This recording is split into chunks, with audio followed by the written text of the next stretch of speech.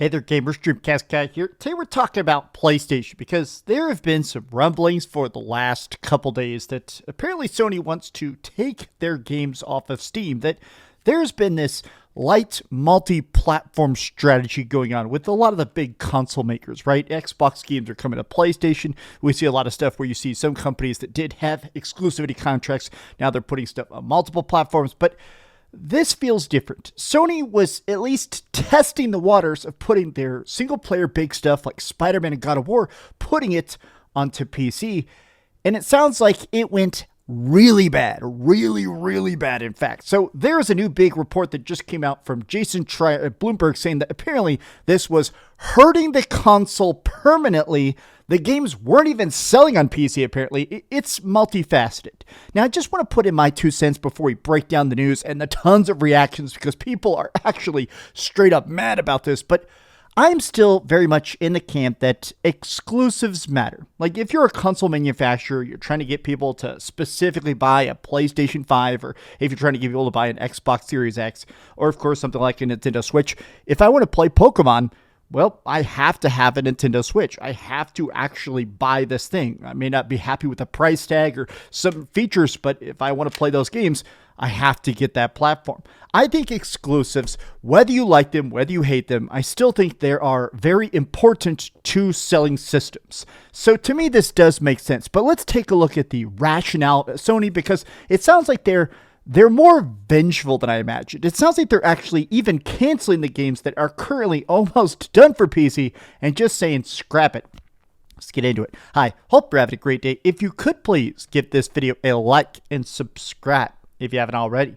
Now, what's interesting is that this will still have multi-platform games. Some stuff like their live service. Marathon, Marvel's Tokon, which is obviously that upcoming sort of fighting game they're working on and stuff like that. This kind of stuff very much is built on the community, is on, hey, we need seasons of players filling up servers, basically doing microtransactions and stuff. The live service stuff will still be multi-platform, but I almost think that even that kind of stuff is probably going to be PC multi-platform. I just can't imagine those games are going to be coming to Xbox. I mean, down the line, right? Here's the other thing, though. Online games will still be released on multiple platforms. Single-player games like Ghost of Yotei and Saros, will remain a PlayStation 5 exclusive. Now, they said straight up that it's two separate things at once.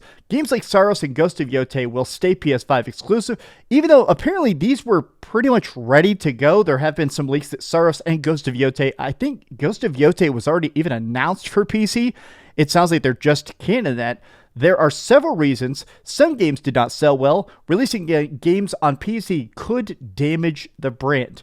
And this, I think, is probably the biggest thing of all, right? Which is that Sony is selling crazy amounts of PlayStation 5. The PS5 is already about to hit 100 million units sold.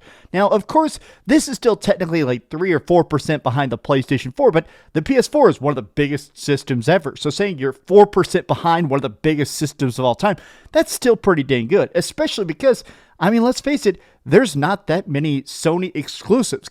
Like, how crazy was the PlayStation 4 generation? It was just literally exclusive. Literally every week there was some new crazy big game, right?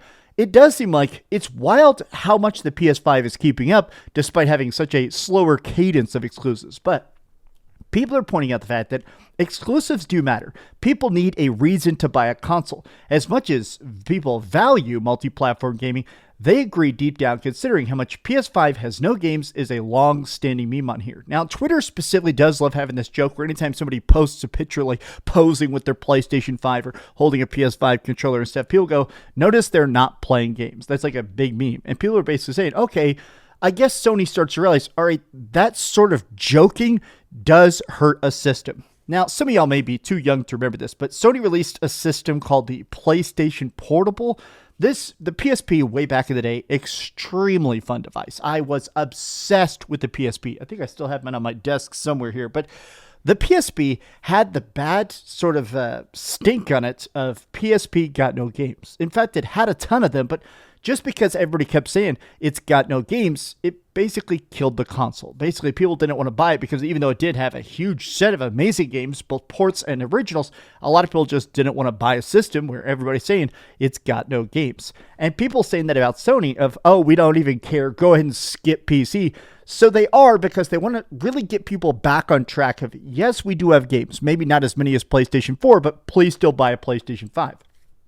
It's clear that this is a very sudden and significant change within PlayStation. The fact they decided to cancel Ghost of Yotei and Saros PC ports is very telling. Someone inside of Sony decided it's time to go back to the way they've done it for 4 generations straight. And this really is the big, huge thing, right? Which is that historically, especially back on like the original PlayStation 1 and PlayStation 2, a lot of times people made stuff on PlayStation exclusive, not even for contractual reasons. A lot of times it was just such a hot seller. Things just sold so fast, so instantly, so much that having that only on PlayStation logo a lot of times would actually increase sales.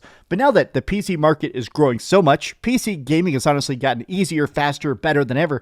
I do see that some people are basically saying like, okay, it does seem odd if you're only in one camp. If you don't own a PlayStation 5, maybe it feels weird to not be putting stuff on PC because to you, your whole bubble is PC, right?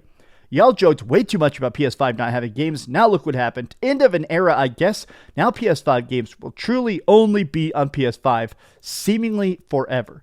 Now, I have seen some people sort of saying this is a mistake. I've seen it in a lot of replies here. A lot of these replies are like, they love making decisions that cost them money. It's really a gift they have.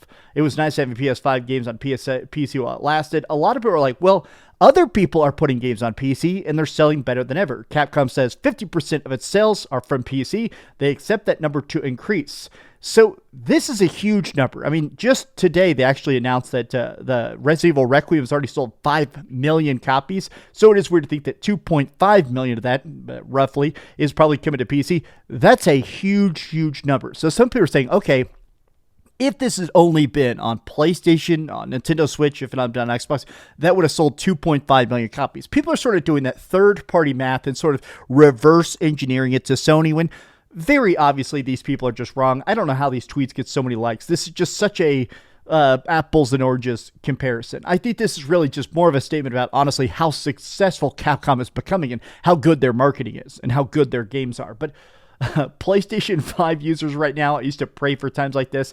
PlayStation, we need to go back to single-player games, and OG PlayStation is back. A lot of this, people are really... I'm surprised by the amount of people that are really celebrating this. I'm not even saying that they're like wrong to do so, but it is interesting that it does feel like there is this strong sense of PlayStation fans that want the best for PlayStation long term. And they do feel like the lack of games, the lack of real console identity is hurting it in more ways than just, oh man, I wish I had these exclusives only for myself. Damn, Sony really went through it. No more single-player games on PC. They want to keep their identity on console. I'm not mad at it. Now, I do think this is interesting. So many people talk about that console identity.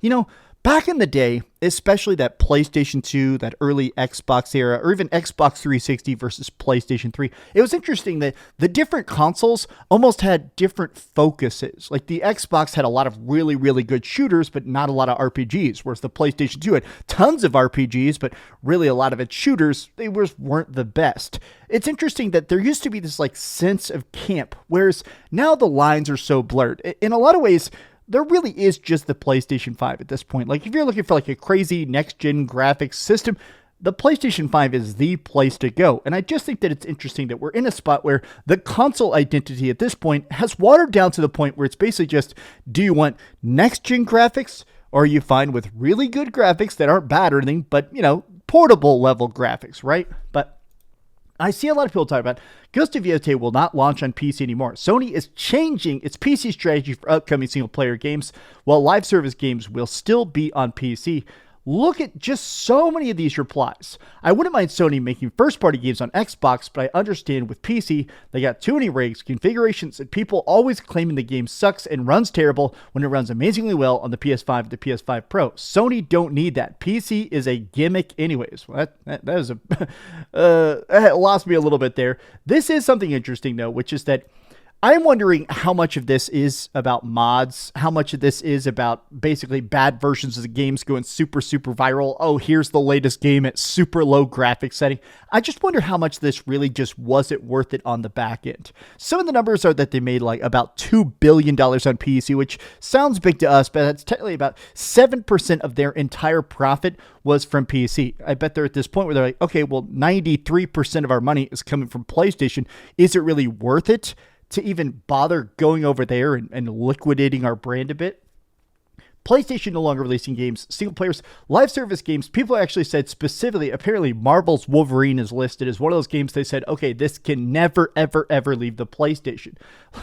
Great news, let's go. Still not getting a PlayStation 5. Good for Sony. People now have another reason to hate them. PlayStation just shooting themselves in the foot. PlayStation has no games. Look at this, every meme.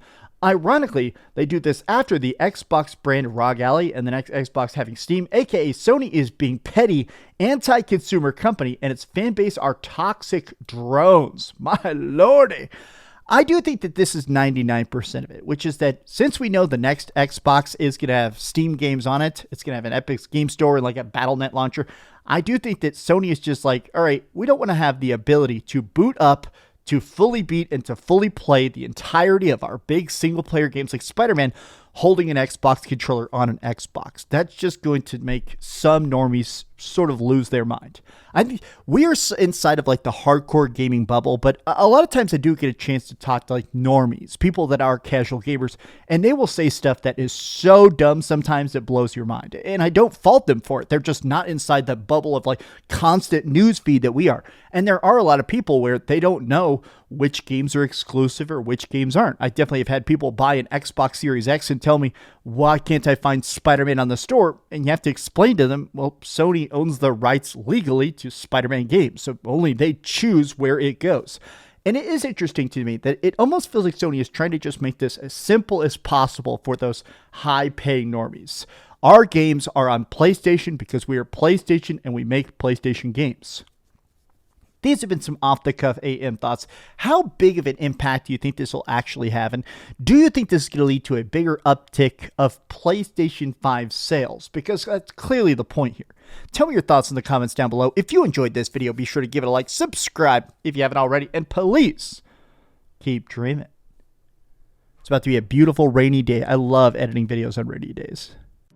Thanks so much for watching that video. If you want to see something else, you can always click this link to see what I put up last, or, subscribe and see what's coming up next. Also, I promise that whatever I do, it'll try not to suck.